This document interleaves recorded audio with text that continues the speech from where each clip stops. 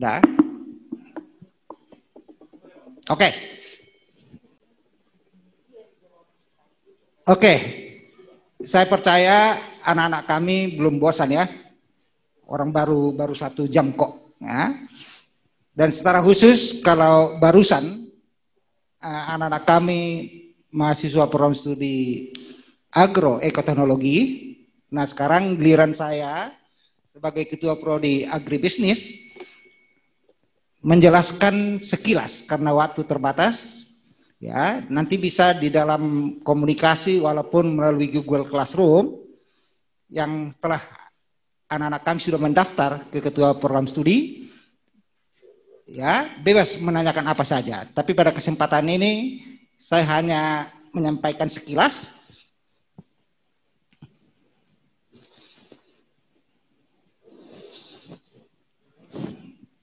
Oke, selamat datang di program studi Agribisnis Fakultas Pertanian Universitas HKBP Mensen. Jadi program studi agribisnis ini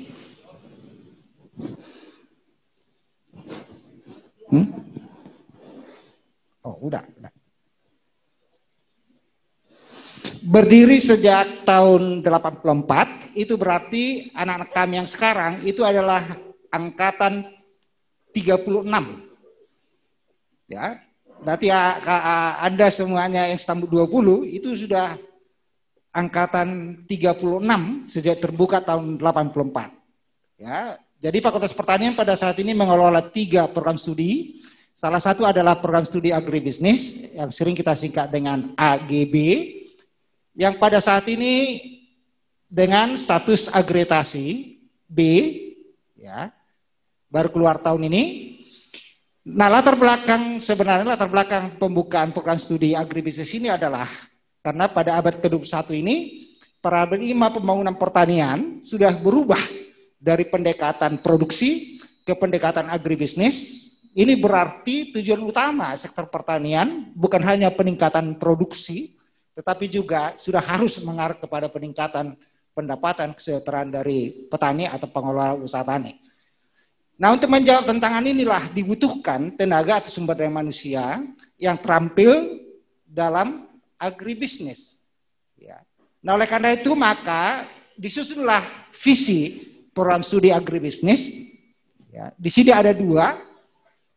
Terwujudnya program studi agribisnis yang bersahabat, dan ini yang keluar mampu bekerja sama dengan stakeholder, artinya salah satu adalah yang memerlukan alumni dari Fakultas Pertanian khususnya agribisnis dalam pelaksanaan Tridharma perguruan tinggi, dan penekanannya adalah berlandaskan kasih Kristiani. Nah, berdasarkan visi ini maka disusunlah misi program studi agribisnis. Dari 4 misi ini, pada kesempatan ini saya hanya menekankan pada misi nomor 3. Ya, yang tertulis adalah menghasilkan lulusan yang bermutu, lulusan yang berkualitas. Ya, tapi tidak cukup hanya berkualitas. Tidak cukup sekarang pandai, tapi harus bijak. Oleh karena itu kita ditambahkan itu adalah lulusan yang berkualitas dan berkarakter. Ya. Nah, untuk mencapai misi inilah disusunlah tujuan program studi agribisnis, terutama yang berhubungan dengan anak-anak kami di bidang pendidikan dan pengajaran, agar tercapai lulusan yang tadi, maka harus dilengkapilah dengan prinsip Kristiani, berintegritas dan berjiwa wirausaha. Kemudian sasarannya adalah, kalau ini mungkin Anda nanti baca buku di pedoman yang akan dibagikan. Harapan kita tidak ada lagi sebenarnya alumni yang lulusannya 2 di bawah 3. Kata orang kalau IP-nya di bawah 3 itu katanya nggak laku. Apalagi kalau mau bersaing, harapannya adalah rata-rata IP-nya adalah 3,0 ya. Dan saya percaya kalau anak-anak kami bisa mencapai IP setiap semester 3,0, akan bisa tamat 4 tahun atau bahkan kurang. Ya. Dan kemudian saya lanjutkan aja secara cepat. Kemudian metode pendekatan adalah menyelenggarakan proses pembelajaran yang dapat menumbuh kembangkan kemampuan daya nalar, daya cipta, daya kreasi, dan keterampilan yang tinggi. Tapi harapan kita adalah bahwa anak-anak kita tidak hanya pinter, otaknya hebat, tapi tidak mampu menerapkannya pada bidang kehidupan. Jadi artinya harus sama ini, harus menyatu ini. Orang pintar yang mempunyai jiwa pengabdian, menerapkan ilmu pengetahuannya kepada bidang kehidupan, ya. Nah, tujuan pendidikannya ada 3. Ini ciri khas daripada program studi agribisnis. Bahwa selama Anda menuntut ilmu di program studi agribisnis, ada 4 bidang penekanannya. Agribisnis, agrinya itu tentunya tidak terlepas daripada pengetahuan tentang pertanian secara umum. Tetapi di bidang apa bedanya dengan program studi yang lain? Yang 3 itu. Pengetahuan di bidang ekonomi. Namanya bisnis, pasti berhubungan dengan ekonomi. Yang kedua adalah berhubungan dengan manajemen. Dan yang ketiga adalah berhubungan dengan pemasaran. 3 ini. Ya, 3 ini yang penting. Jadi supaya bisa penekanannya, supaya bisa mengarahkan kemana lah arah saya nanti belajar. 3 ini, di samping bidang pertanian, ya. Kemudian yang kedua adalah, ini adalah secara kasar, adalah supaya siap bekerja di orang lain. Pengetahuan agribisnis itu mampu mengambil keputusan jenis dan bentuk usaha pertanian yang paling baik. Yang ketiga harapan kita adalah ini wira usaha. Pengetahuan manajemen produksi untuk mengetahui metode bagaimana memimpin suatu usaha pertanian yang berhasil. Nah, untuk mencapai tujuan ini disusunlah kurikulum. Oke. Sama tadi bahwa kurikulum di program studi agribisnis supaya bisa mencapai tujuan tadi itu terdiri dari 62 mata kuliah dan jumlah SKS-nya 147 SKS dan disusun dalam 8 semester. Bagaimana susunan kurikulum itu? Saya percaya anak-anak kami, khususnya agribisnis, sudah ada di tanganmu ini sekarang kan? Karena ini sudah saya kirimkan kepada anak-anak kami beberapa waktu yang lalu. Ya, kurikulum agribisnis, nggak usah kita bicarakan satu persatu, karena sudah ada di tanganmu sekarang. Jadi anak-anak kami sekarang di semester ganjil ini wajib mengambil ke-8 mata kuliah ini. Semester ini. Dan saya minta anak kami menghubungi PSI, mencetak KRS dengan memasukkan ke-8 ini. Karena ini paket. Ya, jadi wajib anak-anak kami di agribisnis mengambil 8 mata kuliah ini. Hal yang sama nanti di semester 2. Ya, ini paket. Oke. Di semester 3 di kurikulum ditawarkan 20. Saya ulangi ya, tolong ya, ditawarkan 20. Tetapi di semester 3 ini bukan paket.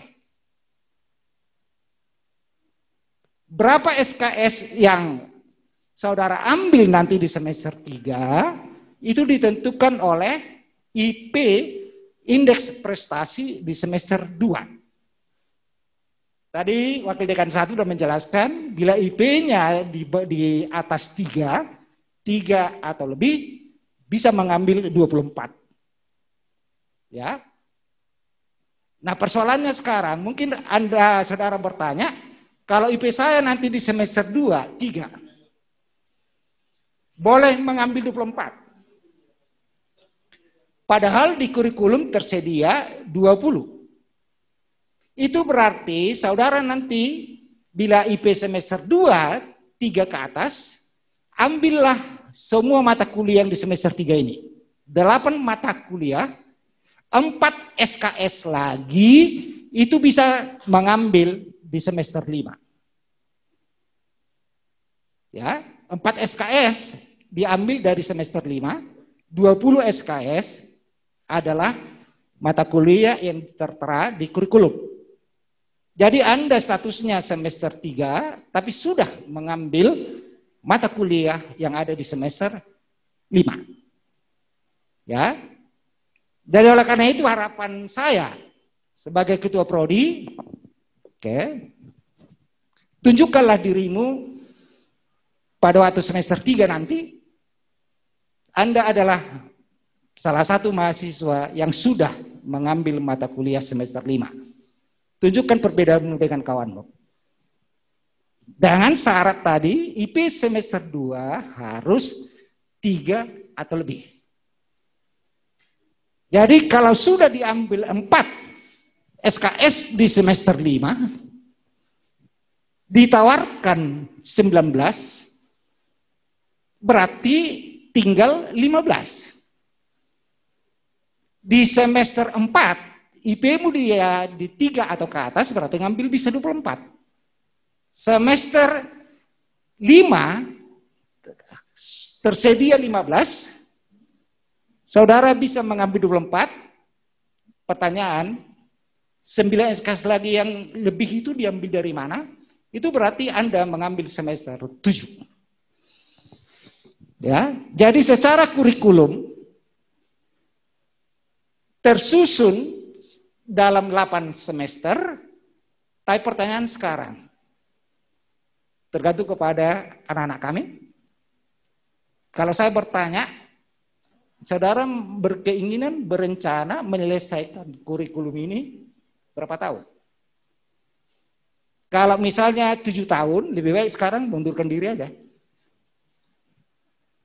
Ya, tapi harus berani menjawab 4 tahun. Nah pertanyaan sekarang adalah, bisakah diselesaikan 4 tahun ini program yang disusun 4 tahun ini lebih cepat? Nah sebelum kita melihat jawabannya ya, ini adalah tabel sebagai gambaran umum. Seorang alumni dari program studi agribisnis, pengetahuannya ada di tabel ini, seperti tabel ini. Ya, semester 1, 2, 3, 4, 5, 6, 7, 8. Kemudian itu ada kolom 2 itu ada jumlah mata kuliah, strip, SKS. Jadi seorang sarjana di program studi agribisnis harus mengambil 62 mata kuliah, 147 SKS. Dan coba lihat yang sebelah kanannya, keahlian agribisnis itu didukung oleh 36 mata kuliah. Ya.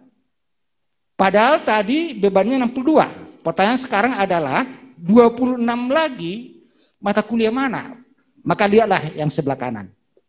8 mata kuliah itu adalah mata kuliah universitas. 10 mata kuliah itu adalah mata kuliah yang diasuh oleh fakultas. 2 mata kuliah atau nanti bisa jadi 4 kalau Anda memilih mata kuliah pilihan dari teknologi hasil pertanian. Dan 3 mata kuliah atau 5 itu adalah mata kuliah dari agroteknologi. Ya, jadi sebenarnya kalau tamat Anda bukan sarjana agribisnis, bukan sarjana pertanian dengan keahlian agribisnis.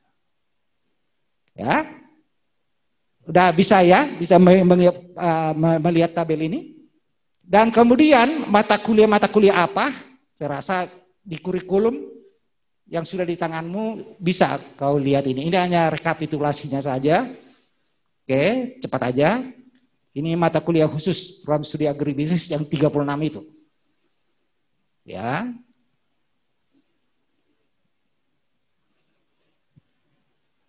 Kemudian ini adalah mata kuliah pendukung yang diasuh oleh program studi agroteknologi. Ada 6 atau 3 kalau pilihan ikut kau ambil dari program studi agroteknologi berarti 6 lah mata kuliah dari program studi agroteknologi. Dari program studi teknologi hasil pertanian ada 4, ada 5 kalau ikut pilihannya 3 dari program studi agroteknologi.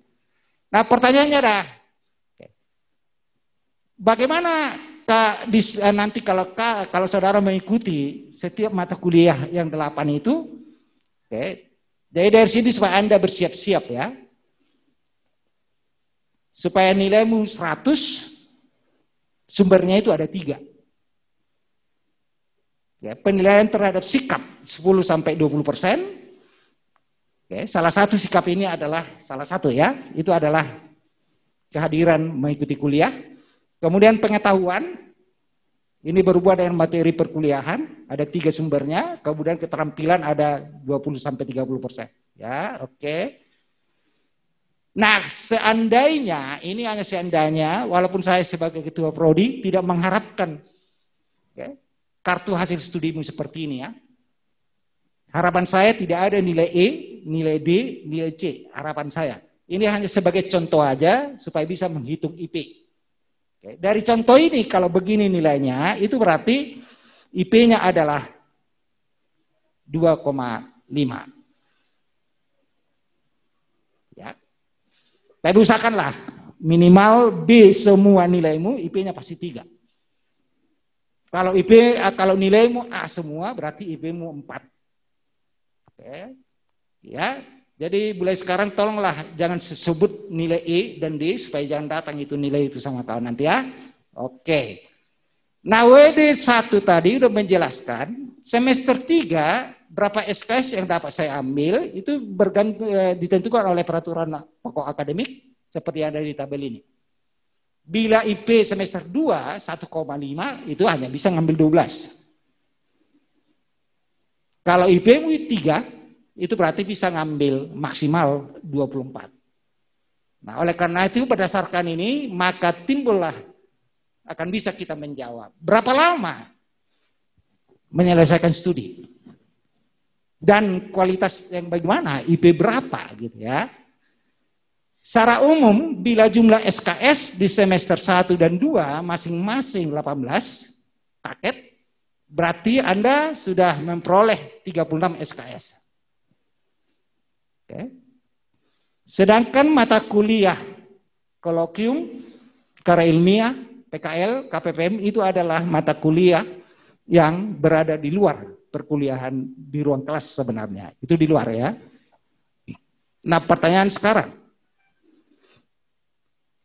Bila sudah lulus mata kuliah semester 1 dan 2 sebanyak 36 SKS, berarti mata kuliah yang tinggal semester 3 sampai semester 8 itu tinggal 147 kurang 36, berarti 111. Itu Anda yang menentukan. Karena berdasarkan IP-mu. Ya. Bila rata-rata IP mulai semester 2 IP-mu misalnya 3 atau lebih besar dari 3, berarti setiap semester mulai semester 3 bisa ngambil 24. Tinggal tadi 111. Bagi 24 itu berarti ada kemungkinan bahwa anak-anak kami akan bisa menyelesaikan kurikulum yang disusun 4 tahun itu selesai dalam waktu 3,5 tahun. Ya. Nah, coba kita lihat dulu ini, tabel ini. Oke. Semester 1 SKS yang diambil 18. Semester 2 SKS yang diambil 18. Berarti selesai semester 2 saudara sudah mengumpulkan 36 SKS. Semester 3 karena IP semester 2 3 berarti bisa ngambil 24. Selesai semester 3 sudah mengumpulkan 60 SKS.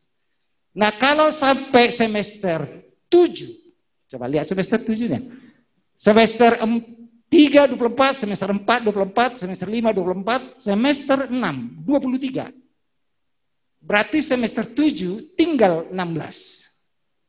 Dan selesai semester 7, habis semester 7, berarti saudara sudah mengumpulkan 147 SKS.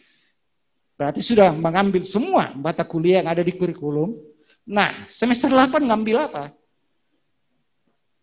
Gak perlu mengambil apa-apa lagi karena saudara sudah sarjana pertanian. Karena sudah tamat di semester 7.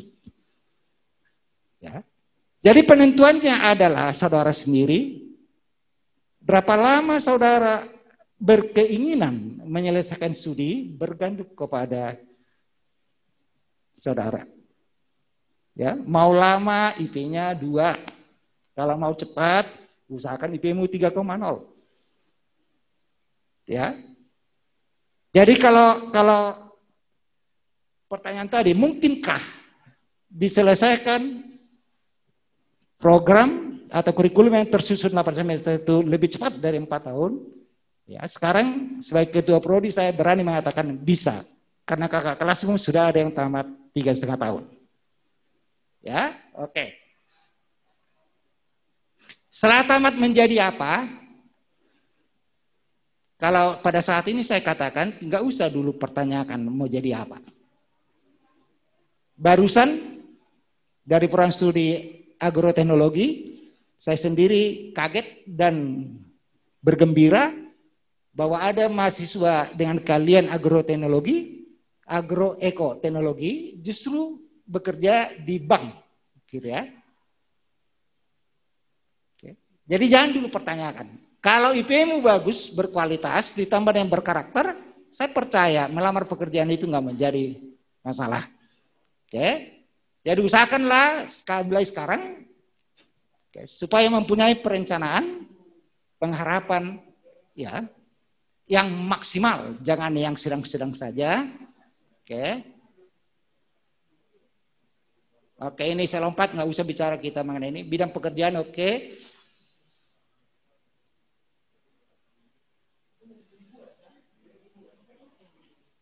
Dan ini menunjukkan dosen tetap di program studi agribisnis dan dosen yang mengajar di program studi agribisnis, tapi home base-nya adalah di program studi di agroteknologi dan fakultas lain. Yang terakhir adalah harapan saya kepada anak saya, terutama di situasi pandemi COVID-19 ini, tolong dahulukan dulu doa. Dimanapun berada, apapun yang kita lakukan, tolong. Oleh karena itu, slide ini pertama doa. Oke. Dan yang kedua harapan saya adalah, mohonlah anak-anak kami, jangan hanya menjadi kutu buku, tapi haruslah melatih diri menjadi mahasiswa yang kreatif dan inovatif. Dalam hal positif ya, jangan yang negatif. Kalau mempunyai akal yang biasa-biasa saja, nggak mungkin dia akan bisa mengangkat mobil itu. Ya. Dan yang ketiga harapan saya adalah janganlah menjadi mahasiswa yang pasif, tapi belajarlah menjadi mahasiswa yang aktif supaya Anda terbiasa hidup aktif, kerja keras. Nanti pun kalau udah bekerja dalam prestasi kerja ini akan terpakai kebiasaan etos-etos kerja yang dibina pada dirinya, sudah terbiasa menjadi manusia yang kerja keras. Dan yang kedua, ya yang terakhir yang kedua adalah kerjasama, teamwork. Dan yang terakhir adalah empati, kasih. Oke. Nah, oleh karena itu saya tutup. Tolonglah hidup ini jangan iseng. Seperti kucing itu iseng kali gitu ya. Tolonglah jangan ya. Kalau salah tolong akui kesalahanmu dan perbaiki. Jangan mencari kambing hitam dengan mengorbankan orang lain. Kemudian ini pertanyaan mendasar ini. Harapan saya anak-anak saya yang mendaftar di program studi agribisnis tidak ada yang seperti anak itu. Dia pergi ke kolam itu mau nangkap ikan. Tapi setelah dapat hasilnya, malah dia takut menghadapi apa yang dia peroleh gitu loh. Jadi saya percaya anak-anak kami yang sudah mendaftar di Fakultas Pertanian, tolong mulai sekarang kurangi keluhan. Kalaupun kuliah, mohonlah jangan ada lagi habis pulsa saya Pak, nggak ada istilah itu ya. Di kampung kami nggak ada jaringan. Nah ini yang sulit ini. Jadi kalau kita sudah, kalau anak kami sudah siap mendaftar jadi mahasiswa, harus siap menjalani semua yang berhubungan dengan keperluan itu ya. Dan yang terakhir adalah, ini kalau ini namanya jangan pongah ini. Oke, dan yang terakhir saya tutup. Terima kasih. Selamat belajar. Kalau Ibu Dekan tadi ada peribahasa, saya hanya mengutip satu kata-kata yang saya sendiri sangat berkesan. Oke. Kalau orang lain biasanya melakukan sesuatu yang tidak benar, kadang-kadang di zaman ini dibenarkan orang itu. Padahal belum tentu ya yang kita lakukan, yang biasa kita lihat itu benar. Oleh karena itu, jangan benarkan yang biasa, tapi isilah hidup kita dengan membiasakan yang benar. Oke, jadi karena waktu yang terbatas, secara khusus untuk anak-anak kami, mahasiswa program studi agribisnis, silakan bertanya apa saja melalui Google Classroom yang sudah dibuka oleh Ketua Prodi.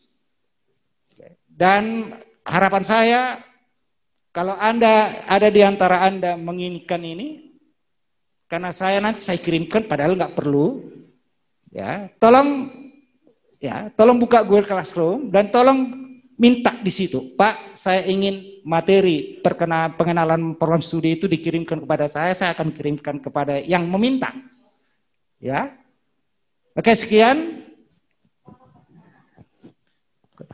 Oke. Dan saya percaya apapun kondisinya tetap semangat, ya. Karena Tuhan selalu beserta dengan kita orang percaya dan mengasihi Dia. Oke, shalom. Selamat sore. Coba angkat tangan-tangannya, terutama mahasiswa saya agribisnis. Oke, Tuhan memberkati. Selamat siang. Selamat sore.